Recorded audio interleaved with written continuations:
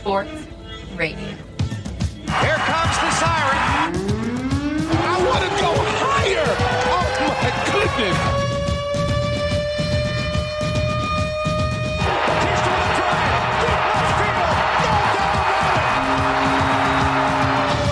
Will defend. Oh! LeBron James with no regard for human life. Pass is intercepted at the goal line by Malcolm Butler. Unreal. Oh, baby, for sure. Cabin Sports Radio starts now.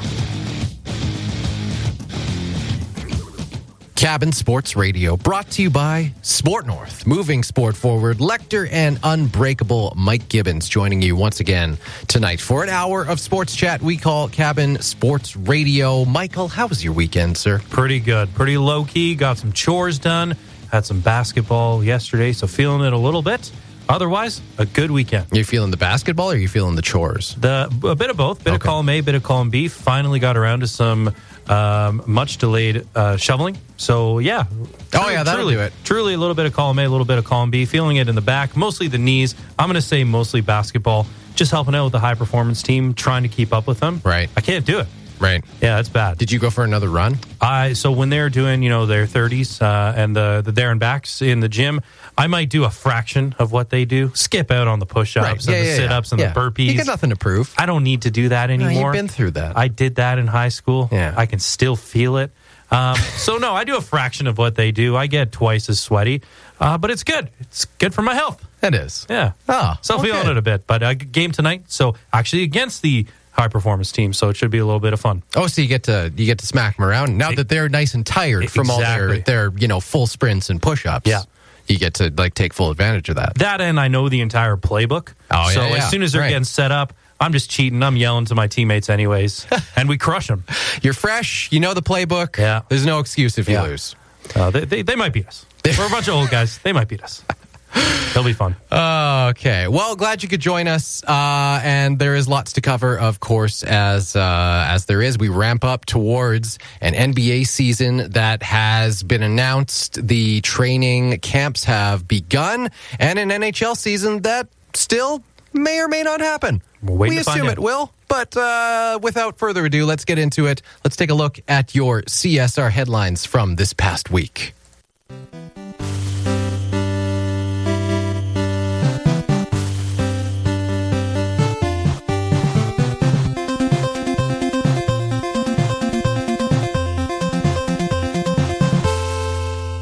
Three members of the Toronto Raptors tested positive for COVID-19 during the mandated testing period prior to training camp. News of the positive test comes less than a week after the NBA announced 48 positive tests league-wide around Thanksgiving weekend. All three members of the Raptors organization are isolating away from the rest of the club, and the team is confident there won't be any further spread. I'm assuming they're not releasing names of who the players are. No, so General Manager Bobby Webster held I think this was announced yesterday, a subsequent press conference. They're not going to say who it was, keeping it very vague, that they're members of the organization, so that could extend to... So that could be anyone. It could be trainers. Totally. Yeah, okay. Yeah, totally anyone. Yeah, exactly. Training staff, coaching staff, you name it. The fact that they are pretty convinced that these are isolated events and there's no real concern for spread has me thinking it's probably not a player, but maybe they are. Maybe they're members of a practice squad or something like that. Right. They could be starters. They could be regular rotation guys. We don't know, and we shouldn't know. Everyone has their reasonable right to privacy when it comes to issues of health. So I don't think we'll ever find out, and that's the way it should be, but pretty confident that there won't be any further spread, which is good.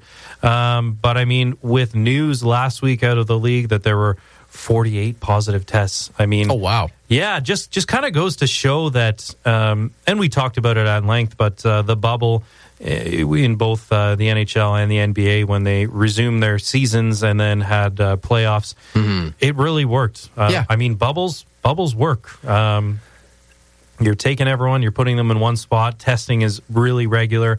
Any signs or symptoms are taken extremely seriously. Protocols are in place to make sure they're handled accordingly. But right around American Thanksgiving was the time, which was that last weekend? Yeah, Black Friday is usually the 27th.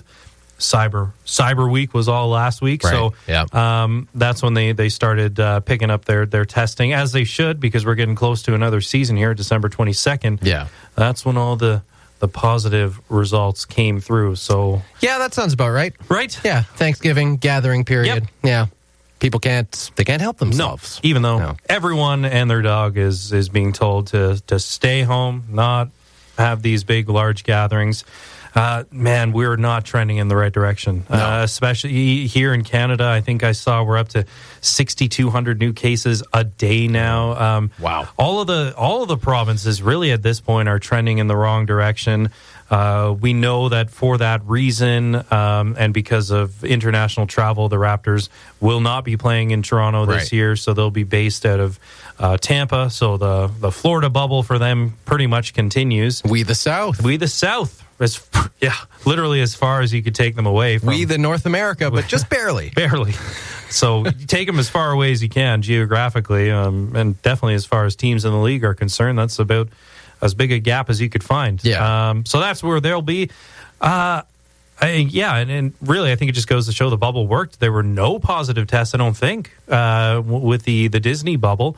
Once they got into that, the Disney World bubble, I think they were clean after that, and like pretty much the same as the NHL with the two central hubs in Edmonton and Toronto through the playoffs. Yeah, I don't think there were any positive cases once training camps ceased and groups then moved to their respective bubbles. Now, are they how similar is the bubble situation going to be for the NBA season this year? Like, I can't imagine they're going to go through a whole season like in one bubble. I haven't really actually followed it that closely. Do you know how many bubbles they're proposing? So I think at this point the plan is regular season to kick off December 22nd. We'll have our regular slate of high-profile games on Christmas Day, which is always awesome. They always find the 5 best matchups. At that point, I think they're doing away with the bubble. So teams will be able to play in their home facilities with no attendance, of course, at least to start.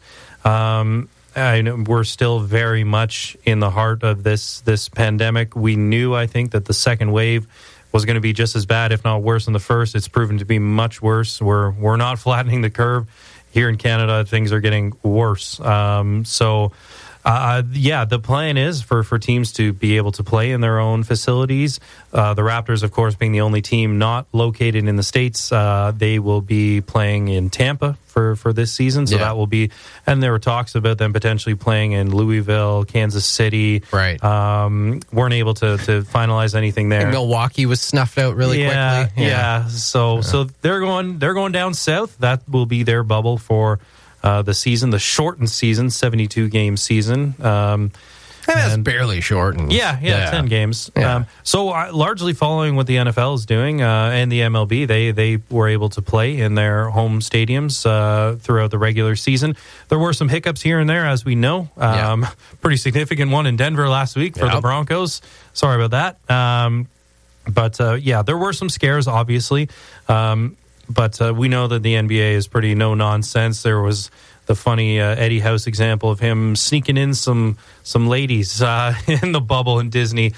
So he was that was handled pretty quickly. He was kicked out of the bubble. So very serious about their protocols, as everyone should be. So I'm sure that the Raptors are doing all their due diligence to make sure that they're not even traveling until these members who are already isolating are in good health, and then will rejoin the rest of their team. So that's how it's shaping up for this year. Yeah, and I mean, obviously an easier situation. You know, we're kind of making comparisons and parallels between the NBA season and the pending NHL season. And when, you know, the NBA training camps have started already, NHL, they still don't even have a set start date. They're still in discussion. I think January 15th was the latest one that was thrown out there.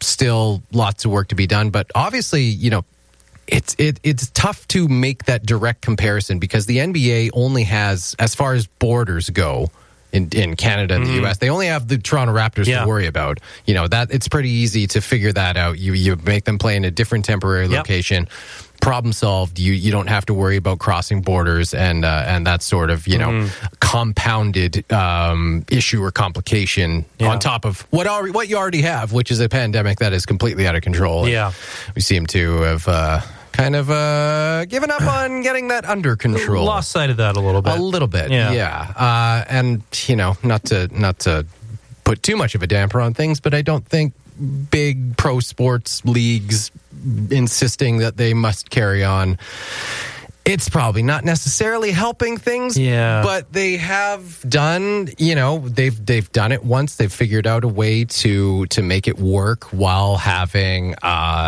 keeping very close eye on infection and, and not being a problem as far as spreading and, complicating the pandemic even more so. But the NHL doesn't really have... No. They don't have that simple of a situation. They've got, we've got 7 teams north of the border. And if it was, a kind of a flip side thing where you just had, one team in the States, you could move them to a temporary place in Canada, have them play out of there, problem solved.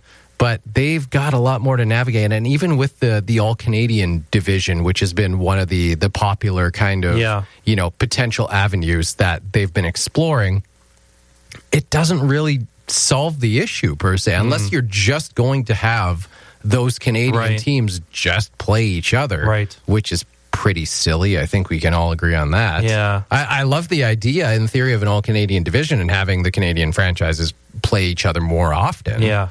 But, you can't just have them play each other and then have all the American teams play each other. Right. So, it is a much more complicated situation for the NHL. And then, you bring up, obviously, one of the other solutions is what they already did with the previous year's playoffs and having the 2 central hubs. But nobody wanted to do that for just the playoffs, let alone, the majority of a regular season and the playoffs. Yeah. Then you've got, obviously, players who are away from their families, some with, very young kids in some situations. And it's not an ideal situation. And I feel stressed for Gary Bettman and the Players Association and everyone trying to figure this out, because it doesn't really seem like there is an obvious answer. No, it's a much tougher sell. Yeah. The playoffs, you can suck that up a little bit easier than the course of an entire regular season if they do go the route of some form of bubble. If you're being told you can't be with your family for 2 to 3 months, that's a lot more reasonable than 5 to 6 or whatever stretch the regular season ends up being. The MLB kind of in the same position as the NBA, whereas we have to accommodate one team. Yeah, that was the Toronto Blue Jays. Exactly. They played in Buffalo. But as you said, we're looking at 7 teams now. The all-Canadian division, it does make sense in that no cross-border travel. You've got that bubble of 7 teams playing against each other. But are we really doing that for the course of a regular season? I don't see now at this point, and with nothing being confirmed in stone, nothing is finalized at this point. It's really hard to see even a mid-January startup. I remember when the NBA announced the December 22nd startup, even that was feeling like they were stretching it a little bit. And that's with an already shortened season. And that was like a 71-day off season, pretty much, which is by far the shortest in NBA history. Obviously, extenuating circumstances. We're in the midst of a very severe pandemic. But even that felt pretty rushed. Yeah. And now we're already, by the end of this week, we're in mid-December. Is it really reasonable that we can have a full... It's not going to be a full season. We're looking at probably maybe the same route as the NBA, probably even shorter, realistically. Yeah. I think the number I've heard most commonly is 56 game season. And even that, I think they'd be lucky. Yeah, totally. To get in by this point. And if there really is, if we're really pushing forward with the Tokyo Olympics in the summer, they've got to drop dead end dates, as does the NBA, because major American networks like NBC they've got the broadcasting rights for that. They're not going to stream, they're not going to broadcast hockey when we've got the World Olympics going on. So that's a serious consideration, and you also have to have an off season. Although in that case, you got to think that, like, I don't know, like Rogers Sportsnet, you got to think like it's kind of like Yeah, you get more of a global audience with regards to the Olympics, but like, I'd like to see the figures between their projected audience for a Summer Olympics and the NHL playoffs. Yeah. I bet they're pretty close in Canada. They probably would be. Their worry would be in the States, though, where there's probably a fraction of people tuning in to watch hockey versus... more people watch darts than hockey in the States. Yeah. College anything, any sport you can name in college is going to be more popular than hockey. Yeah. And the bowling. United States... it's big. It's huge. Big. The States typically fare very well during the Summer Olympics. They're one of the top countries. You know, the Russias, the Chinas, they're up there. So they're going to want to tune into that. Yeah. So, very serious considerations. And we still haven't seen anything yet. So pretty interesting. Pretty curious to see what comes out. Yeah. But they got to get moving. Yeah. Anyway, enough about the NHL. It's too sad. Let's keep talking about the NBA. Yeah, so the Houston Rockets and Washington Wizards agreed to a blockbuster trade over the weekend that will send Russell Westbrook to D.C.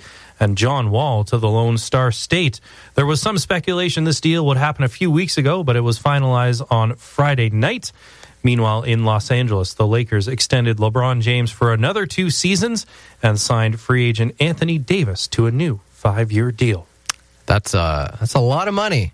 They're shelling out for those two. Yes. And 36-year-old LeBron James, man, that it's crazy to think that he's, I don't know why, but 36 years old. I just felt like, when did that happen? Yeah. You know, I mean, and it feels like he has been around like kind of forever by this point. But now, I don't know, like he's been, the undisputed star of the NBA for now, like, I guess like 18 years. Like he came right out of high school. Right out of high school. St. Vincent, St. Mary's. Yeah. I think he has probably had, and I don't even know if this is debatable or questionable, the best prime ever. Yeah. In basketball, 100%. That is not even up for debate. But like, if we're talking professional sports, period, this guy's prime has been like 18 years. Yeah. His numbers haven't wavered remotely. And there's always this talk of better scorers. The James Hardens, the Kevin Durant's, their career averages, even just in points alone, don't even touch his. Yeah. He's truly in his own stratosphere. So this extension, I think, is he 36 now? I think that was what I read. His birthday's at the end of the month. I'm pretty sure it's like December 31st. So maybe this is his 36th. He might be turning 36 this year. In any case, this extension is going to take him to 38. Yeah. Which also happens to line up with when his son, Bronny James Jr., Bronny, is eligible, is NBA draft eligible. Right. So he's already, and there have been some pictures most recently, he hit a crazy growth spurt, even just this summer alone, where he looks like a completely grown man. He's 16 years old, I think, right now. Already one of the top prospects in the country. So there's some serious potential for him to be a high draft pick when he's draft eligible in a couple of years. That's always sort of been, and LeBron's always said this pretty openly, that's been a dream of his, if he were able to share the court with his son, which of course would be the first time ever, because no one like LeBron James comes around often. Yeah. That happened, where a father and son were able to suit up in the same season for the NBA. So that probably at the back of his mind a little bit. But yeah, like you said, it's crazy that he's even getting the figures he is. I think it's 2 years. It's like $95 million extension. Crazy. So he's getting paid 45 plus per season at the age. And he's still worth it. Yep, 100%. 4-time Finals MVP, 4-time MVP, 4-time champion. Solidified. Like, it's him and Michael Jordan. They're at the top of the mountain, and everyone else is a notch or two under them. Yeah. They're in their own stratosphere. But yeah, crazy at this age. Now, don't get me wrong. There have been other people who have played to the same sort of caliber at that age, but just the fact that his prime for the 16 years before that is basically the exact same. He came fully formed and is still in that form 18 years later. It's unparalleled. Nuts. He's even said that 35-year-old LeBron would beat 27-year-old LeBron. Probably, yeah. Because he's such a cerebral player, Smarter, too. yeah. 100%. And he's got old man strength now. old man, that is a thing. Oh, yeah. I'll tell you. Playing some hoops. I haven't found it yet. Yeah, but we will. We'll just, I don't know, maybe you need to be a dad. I don't know. that could be. Yeah. But, it's just something that comes with Wrestling time. with your kids. Yeah. Doing all the things that dads do. But it's a thing. We've probably been bodied in our respective sports by grown men much older than us. Oh, yeah. It hurts. Yeah. You can't move them. No. I think they're just mounted or fastened to the ground or something like that. But he also can adapt his game like no other. Led the league in assists last year. Yeah. But when he wants to turn it on and drop 30, 40 on you, he'll do it at will. So crazy. And then the Davis extension, all but a formality. We knew he would re-sign with the Lakers, opted for the longer term. He has had some health issues in the past, but man, what an offseason for LA.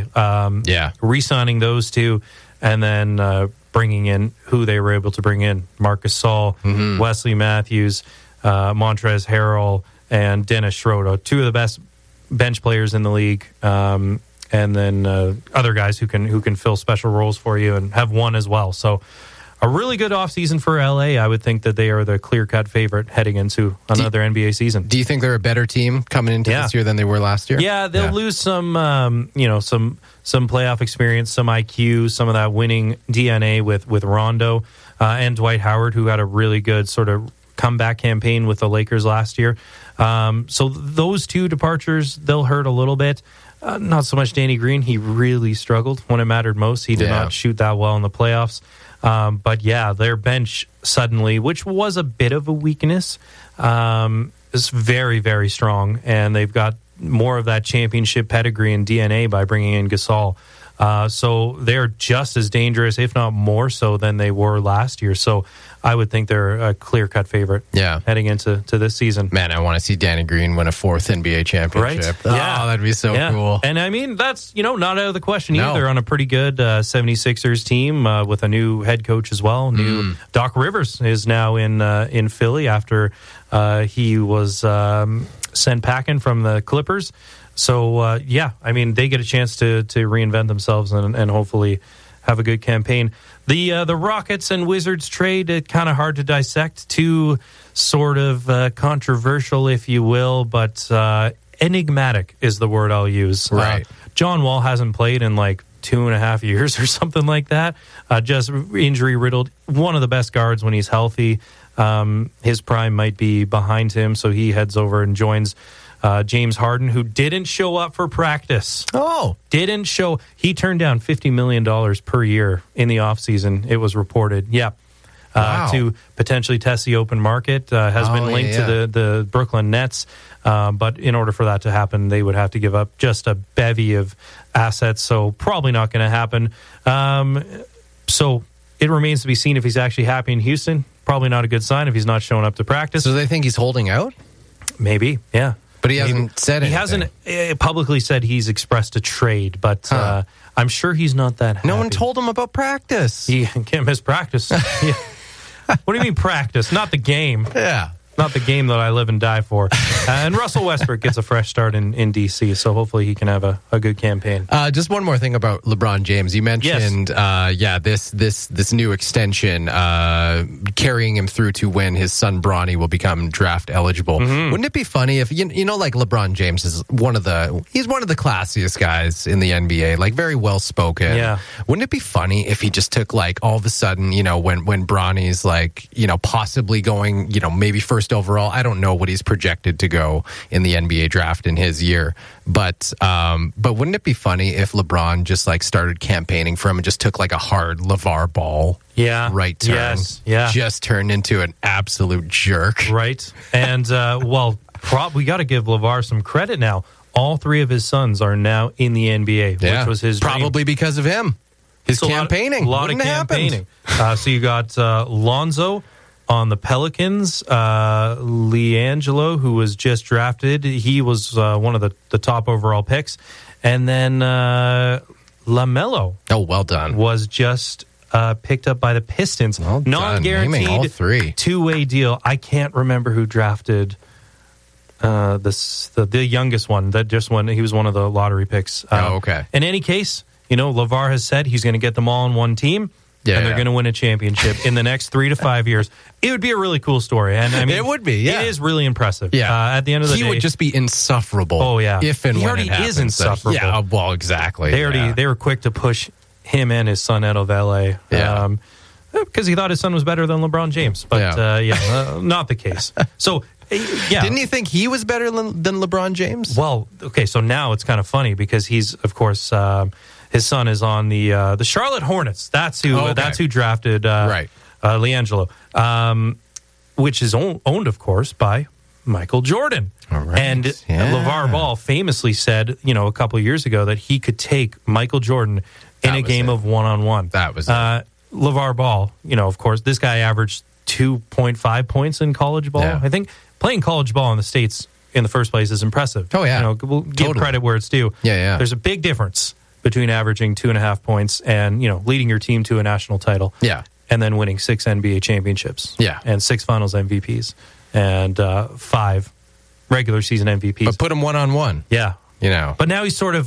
you get rid of Pippen, you get rid of Rodman, Yeah. I don't know if Michael's so good. He's not getting 6. He walked those back a little bit, saying, you know what, it's probably not likely. We're both over 50. I was like, oh, you chicken. Yeah. You chicken. Really? Because now it's an actual possibility. Hey, man. But Tyson just fought Roy Jones. That's right. Jr. We are in the prime of watching athletes over 50 compete against each other. So, I don't know. I think we'd all pay good pay-per-view money to see that. Just to see LeVar get embarrassed, I think I'd pay for that. Would you say that's a good segue to our next and final CSR headline? I would say that. It involves a rather famous boxer. Boxing superstar Floyd Mayweather, that is, announced yesterday he's going to take on YouTube star Logan Paul in a special exhibition match on February 20th. Paul, who has a professional record of 0 wins and 1 loss, made headlines earlier this week for challenging San Jose Sharks winger Evander Kane to a fight. Mayweather, meanwhile, is one of the most decorated boxers of all time with a record 50 wins and 0 losses. He doesn't have to go out looking for fights. Evander Kane just sought him out because apparently Evander, I guess, also doesn't think there's going to be an NHL season. That's right. He's making his next play and joining the money team. Yeah. We know he's wanted to be part of the money team for years. That's true. There was the money phone. Yeah. Of course, the money push-ups with the stacks on his back during the last That's right. NHL lockout. Yep. Was not well received. No. And hasn't been forgotten. So this has been a long time coming for Evander Kane stepping into the boxing ring. I don't know, man. He might. Well, I mean, he embarrasses himself. Almost anytime he opens his mouth or tweets anything. Right. So I would have to think that this might, if and when it does happen, might just fall in line of a long tradition of Evander Kane publicly humiliating himself. Yeah. But I mean, that remains to be seen. And maybe Papa Money, Floyd Mayweather can soften him up a bit. Yeah, there's a lot to digest from this. We broke it down last week too. It's not sitting well. I can tell you that about it. The digestion so far. Yeah, it hasn't been good. First off, I'll openly admit I'm getting a little confused because there are two obviously Paul brothers. Yes. There are, Paul. Yes. Logan Paul and Jake. Jake was the one who knocked out Nate Robinson last weekend. That's right. So I think I just assumed that it was him who Evander Kane wanted to have a quarrel with after knocking out Nate Robinson. I'll be honest, I think Evander Kane thinks it was him too. Yeah. I think they are just kind of interchangeable. Yeah. They both just look like douchebags that you kind of want to punch in the face. They're really... They look a lot alike. And I honestly, I guess they're both YouTube stars. They're both controversial YouTube stars, too. Mm-hmm. I know the one, and I think the one who's taking the fight with Mayweather, Logan, he was the one that was, filming, he was filming dead people in a forest in Japan or something like that. Yeah. He had said some very controversial, racially charged sentences before as part of his, because these are young YouTube guys who make stupid amounts of money just shouting their opinions from the rooftop, and that encourages them. Funny it does. enough. And now here we are, and so Logan Paul, the one who's going to get absolutely dusted by Floyd Mayweather on February 20th, he's a professional record of 0-1. The other fight was against another YouTuber, KIS. He lost. I think they're trying to set up a rematch right now. But admittedly, I was a little confused. So there was on a podcast with Logan Paul, someone mentioned Evander Kane, and he said, who? Right. And to his credit, I was, of course, creeping the guy. He's got 18 million followers on Instagram. Probably a few more than Evander. Right. I had that realization is like, you know what? Maybe he is in the spotlight a little more than someone like Evander Kane. You and I are hockey guys through and through. Yeah. Probably would have thought that most people would know who he is, but he actually pulled the who. Yeah. Which I'm sure irked Evander Kane a little bit more. Probably, yeah. So maybe we get that one, but it, like you said, it'll be after Mayweather gets to dust him up a little bit. I feel like Mayweather, even though he's 50-0 and has absolutely nothing to prove, and it's an exhibition match, and he's ultimately taken on a YouTuber, it feels like it's a little bit charged for him. Yeah. There were some, obviously some not nice things were said about Nate Robinson after his disappointing fight against Logan's brother, Jake Paul, a couple weeks ago. And he stood up for, this isn't the time to be stripping down black athletes, and sort of took that tone and that approach to it, that he would remain in Nate Robinson's corner and basically to that effect.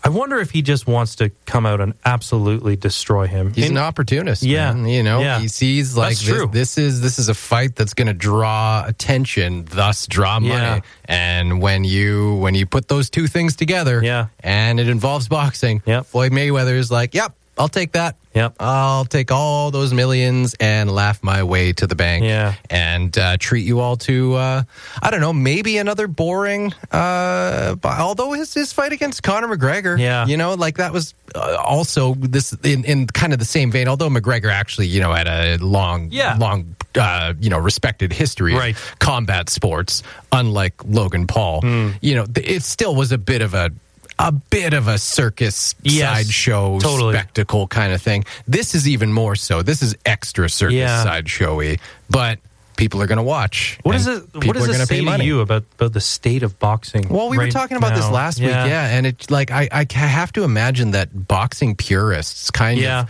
they look at all this and you have to be shedding a tear. Yeah. There is definitely something about all of this going on, whether it was the Tyson-Roy Jones Jr. fight or Logan and Jake Paul, YouTube stars, like having celebrity feuds that are manifesting themselves in professional boxing fights. Like it must be a sad time for pro boxing. And like we were talking about, all the other names on the undercards of those two fights, the Jake Paul, Nate Robinson, Tyson, Roy Jones Jr., who are, probably have dedicated their lives to the sport. Totally. And nobody's talking about your fight. No, probably nobody even really watched other than like, maybe people who buy a lot of boxing pay-per-views, but any casual fan, which is the vast majority of people who have been talking about boxing for the last 2 weeks, they're not watching the actual up-and-comers. No. I guess on the other side of the coin, money talks. So if they can drum up these exhibition fights with well-known people who have influence and I guess everyone benefits. Right. We're talking about it right now. Yeah. Would we have otherwise? Maybe not. Probably not. Nope. But I tend to agree that it's trending more in like the circus type direction where it's like, wow, is it basically going to get to a point where anyone calling out anyone, that's what we're going to do? That's how we're going to settle this now? Yeah. But I mean, the pay-per-views sell and it brings in a lot of money. So that's true. Maybe, maybe there is some method to this madness, but it feels kind of silly that you've got all these people who have no business being in a boxing ring now. And now you've got this essentially YouTube star who maybe for the last part of his life has dedicated his time and his craft to boxing, and has made strides, and that shouldn't be diminished. But he's going to be sharing an octagon with easily the most decorated boxer ever. You're putting him in the octagon Full now. stop. Sorry, the ring. Full stop. You know, A square. Yeah, square. Yeah. Like hands down. So, and these two are gonna share a ring together. So Yeah. it feels kind of silly, a little Yeah. circusy. But am I gonna watch it? Maybe. I don't know yet. I don't know. We'll see. Trickle down paydays. I guess that's what it comes down to for those on the undercard. Yes. Yeah. We're going to come back or take a quick break here and do something a little bit different on Cabin Sports Radio next. You're listening to Cabin Sports Radio, brought to you by Sport North, moving sport forward. Cabin Sports Radio brought to you by Sport North, moving sport forward. Speaking of Sport North, they are ecstatic to announce that on December 12th, they'll be selling, that's this Saturday, December 12th, they'll be selling the remaining jackets, pants, and hoodies from the 2020 Arctic Winter Games in their pop-up shop. You may remember that Arctic Winter Games as the one that never happened because COVID ruined everything, such as 2020. But you have your opportunity to pick up some fantastic gear. Nevertheless, the 2020 Arctic Winter Games pop-up shop is happening at the Don Cooper Building, which is where Sport North is located, 4908 49th Street. That's beside the Black Knight, if you need a landmarker. And it's going from 10 a.m. to 5 p.m. For more details, go to sportnorth.com. All right, Michael, we are going to rip off the NHL on TSN just a little bit because, again, as we talked about earlier in the show, we're not really sure if there's going to be an NHL season. That's right. There's not a whole lot of clarity going on. But one of the most beloved segments in the NHL on TSN panel is the quiz. Loved by everyone except, of course, John Tortorella. Traditionally hated the quiz. Okay. And questioned what he was doing with his life every time the segment came up. Wow. It was entertaining stuff, I got to say. So I thought we'd put together a little bit of a quiz. I'm going to ask you a couple questions. And the first one, talking about the NHL season, that the 2020-21 NHL season is, if we're lucky, going to start sometime in January 2021. The last time an NHL season kicked off in the month of January was in 2013, following the NHL-NHLPA labor disputes, which were settled January 6th, 2013, with the new season beginning on January 19th. Again, we'll be lucky if we get this NHL season on January 19th. Yep. With that season being shortened to 48 games, who were the top three goal scorers that year? This is when I'm absolutely going to be exposed. But I think you'll do all right. Okay. Yeah. Well, So I'll give you a little hint. Number one is pretty obvious. Alexander Ovechkin. Bingo. Okay. Now, see, I want to say Sidney Crosby. Okay. I feel like he would be at the top in the points category. Right. Not traditionally a guy who racks up a ton of goals. But he's scored But he's 50 an all-around goals before. guy. Yeah, Yeah. he's won himself a Rocket So Richard trophy. can he squeak into one of those other two spots?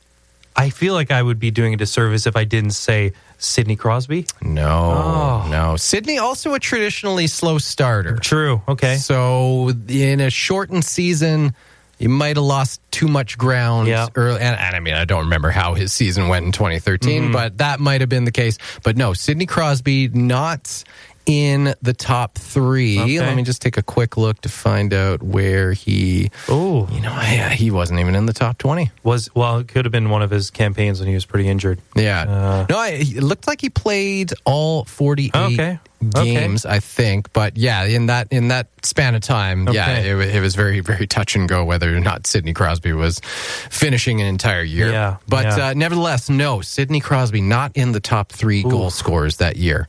I'll give you a hint. Okay. Yep. They, number 2 and number 3, both hail from the same city. Is it a Canadian city? It is a Canadian city. Steven Stamkos. Is number 2. Okay. Who was number 3? John Tavares? Bingo! All right. There it is. Okay. Yeah. Okay. Alex Ovechkin, 32 goals. Steve Stamkos, 29. And John Tavares, 28 goals. As soon as I always think of Cole Harbour whenever, because it's a small community. Right. But from there, hail two of the greatest players in the game today. Yeah. But obviously, before Nate McKinnon's You're talking time. about Dan Cleary, right? Of course. Yeah, of course. Right, yeah. If you can guess who number 4 was in the goal scoring race that year, I will do something drastic to be named later. Wow. Can you tell me which conference? Which conference? He would have been in the Western Conference that year. Previously had been with an Eastern Conference team for a while before that. Ooh. Nope. Nothing, eh? Nope. No. Can you tell me what division? He would be, what would this be? The Pacific Division? Pacific? Okay. I'll also give you another hint. He is now retired. He's now retired. Was he on a Canadian team? I think he's retired. I hope he's retired. He was not on a Canadian team. He's not on a Canadian team. No. So it's going to be one of the LA-based teams. California Coast. California Coast. That's right. My goodness. I'm going to go Getzlaff? No. Jeff Carter. Jeff Carter. Okay. Yeah. Okay. 26 goals that year. He was And now I can't remember if he's retired or not from the LA Kings. Ooh. I don't know. I kind of feel probably like he is. Be. Yeah. Probably should be. I think he is. Fantastic Remember, career. he was part of the 70s, the famous 70s line. Yeah. That would have been, that was the year that the Blackhawks won in 2013. But they won in 2012 and 2014? 2011 and 2013. Okay. Are you talking about the LA Kings? I'm talking about the Kings. Yeah, they won 2012, 2014. Yeah, they traded off years after a few there. That's right. Okay, so following up on that, and I think this will be a little tougher. Yeah. Who were the top 3 in points that year? Are there any of the same from the first list? There are. Okay. One of which is tied for. There's actually 4 because one is tied for number 3. So of those 3, I would like to say I think Stamkos. Bingo. Number 2 with 57 points. All right. So number 1. So there was a tie for number 3 with 2 players, and one of which may have been in the goal race. Okay. So another one from the previous list. Yes. Okay. So Mr. Tavares. No. Or is it Ovechkin? It's Ovechkin. So Ovechkin and Stamkos are on there. And he tied. Oof. For number 3. Presumably a forward. Yes. From the which conference? From the Eastern Conference. From the Eastern Conference. You may have referenced him already. Oh. Mr. Sid. Mr. Sid the Kid. Mr. Sid the Kid. Yeah, Okay. him and Ovi. All right. Tied at 56 points Of that course. year. Did it very different ways, but yeah. there you are. But who led the league in points that year with 60? This is what makes this question interesting because I don't think you will think of this guy. Not to say that he wasn't a great player, and I believe he is a Hall of Famer now. Yeah. But 2013. Ooh. I can't even hazard a guess. So he had, I think this was his final year with a team that he spent the vast majority of his career with. He then moved on, possibly the next season. I can't remember for sure, but shortly thereafter moved on and played, finished out his career with the New York Rangers. One of the all-time greats and probably one of the smallest players in NHL history. Not Martin St. Louis. Marty St. Louis. Okay. Number 1 All right. with 60 points. Wow. 2013 feels like a lifetime ago. Right? This is why when you introduced the quiz, I was a little nervous. It was 7 years ago, and think of watching Martin St. Louis play. Yeah. I can't remember. I don't remember watching him play. Yeah. It feels like it was longer ago than 7 years. But nevertheless, there you go, Marty St. Those Louis. Are good times for the Tampa Bay Lightning, right? Yeah, like Brad's or Stamkos and St. Louis 1 and 2. Yeah. Nah, I mean they just replaced him with Kucherov, so not bad. They're all right. Okay, and now transitioning to something you'll probably have a bit more insight into, your Toronto Raptors. Yeah. So speaking of, I'm more nervous about this one. Oh, really? Okay. Yeah. All right. Yeah. So the most recent NBA lockout took place in 2011, as you may recall, but was settled before the new year. The lockout before that took place ahead of the 1998-99 NBA season and lasted 6 months from July 1st, 1998 to July 20th, 1999. Yeah. I don't want to know who was the top point scorer that year. Michael, I want to know your memory of the Toronto Raptors at the tender age of, what would you have been? Like 8 years old? Yeah, 8 years old. Yeah. Who was the Raptors' starting five as of January 20th, 1999? Okay. Now, if I'm recalling correctly, Vince Carter was not part of it was a 95 draft. That was one of the more legendary drafts. That was when I believe it was Garnett, Kobe, I think Nash. I think it was that class in 95. It was similar to the 2003. That was when LeBron James, Dwayne Wade, Chris Bosh, Carmelo Anthony came into the league. Right. For whatever reason, I associate that earlier draft with Vince Carter, and I shouldn't. I'm pretty sure he just retired, and I'm pretty sure he played 22 seasons in the NBA. Okay. So I would like to think that he was. Obviously, he was drafted by the Toronto Raptors. Yes. Is he one of the five? He is. Vince Carter. This Okay. was, yes, the start of Vinsanity. Okay. Is Tracy McGrady on there? Tracy McGrady is not on there. I think he may have been maybe the following year, 2000, 2001, something like that. Ooh, okay. So several of these players, I think 3 of the other 4, their names appeared on. Do you remember the sport? Yeah, the top Raptors of all time. Yep. 3 of these 4, I believe, appeared on that list. I want to say Marcus Camby.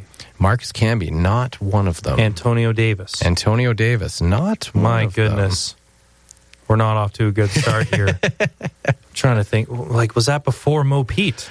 I think so. My goodness. Yeah. Alvin Williams. Bingo. Okay. So you got Vince Carter and Alvin Williams. Ooh. And then one of the others I think should be fairly obvious for time frame. Junkyard Dog?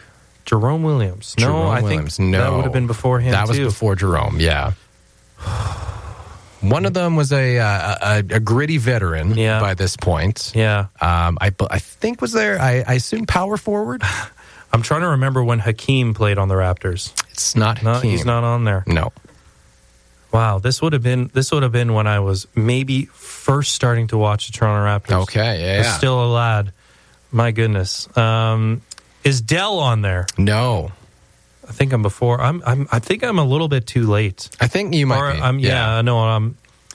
Oh my goodness. I think old grizzled power forward veteran. Oh man. Showing Vinsanity the ropes. Damn. And it wasn't Antonio Davis. Not Antonio Davis. Full disclosure, I obviously, as you can tell by my reaction, did not cheat on this. I wanted this is authentic. I wanted to be really honest with myself. We're not that good actors. And I'm struggling here. Yeah, no, I'm... you need me to name them? Give me a hint at least. Okay, so the one I was referencing, his last name is also a very popular brand of sunglasses. Charles Oakley. Yeah. Yes. Okay. All right. Okay. Of course. So there's one more that you may get. I think he was on, as I mentioned, those top Raptors of all time lists. The last one, their starting center, I think you might have a tough time with. He also would have been towards the tail end of his career by this time. 7 foot tall, 220 pounds. I'm just going to give this one to you. Yeah. Kevin Willis. Kevin Willis. Okay. Yep. Yeah. Yep. Okay. I remember his tenure to some extent with the Raptors. And so the last one we're looking for would have been their, I guess, starting shooting guard. Shooting guard. Yeah. Who would that be? Initials DC. Ooh. Ooh. I think he played... you know what? I'm not going to wager a guess as to where he went after Toronto, but I think he had a pretty decent career outside of the Raptors as well. And at DC, it's not Del Curry. Not Del Curry. Oh, no. man. No. Yeah, I feel like this might have been shortly after Del Curry because he was one of their first... The Raptors franchise, like Doug Christie. Yeah. Yes. Okay. Bingo. All right. There it is. Okay. All right. I think I was struggling. I was a little bit, Yeah, I was. You just needed me to shut up. I was a little bit later. Yeah. You know, I was thinking. I'm much more probably familiar with the mid 2000s, early 2000s. I would think. Yeah. Some of this a little bit before my time, but at least I didn't cheat on what, 3 of them. Yeah, 3 of them. Well, I thought you were even younger when this would have been. Yeah. So I thought you were really going to be Kevin Willis. That was. I wouldn't have got that one. I don't think. No, I felt I should have had Oakley. Willis, yeah, I should have had Oakley. I thought you would have got Oakley. Yeah. Definitely Vince and Alvin. Yeah. Those 2 are locks. They're going to be in there. I should have had Charles Oakley. Yeah. I got to look up now because it still blows my mind that Hakeem Olajuwon was at one point a Toronto Raptor, but I can't remember exactly when that was. You just go back on YouTube. Yeah. You can probably watch all the games from that year. Yeah. Doug Christie.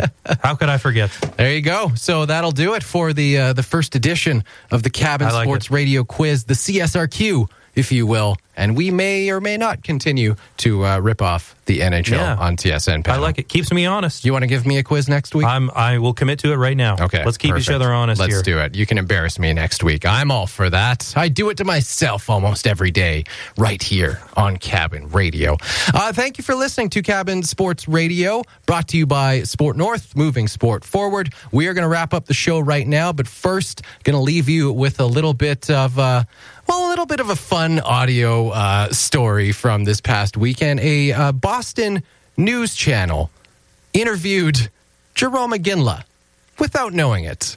And then ET Canada reported on the story and spelt Jerome wrong. Oh, one of the greatest Calgary Flames, if not the greatest Calgary Flame of all time, just being disrespected left and right. Have a great night. He's only a Hall of Famer, but whatever.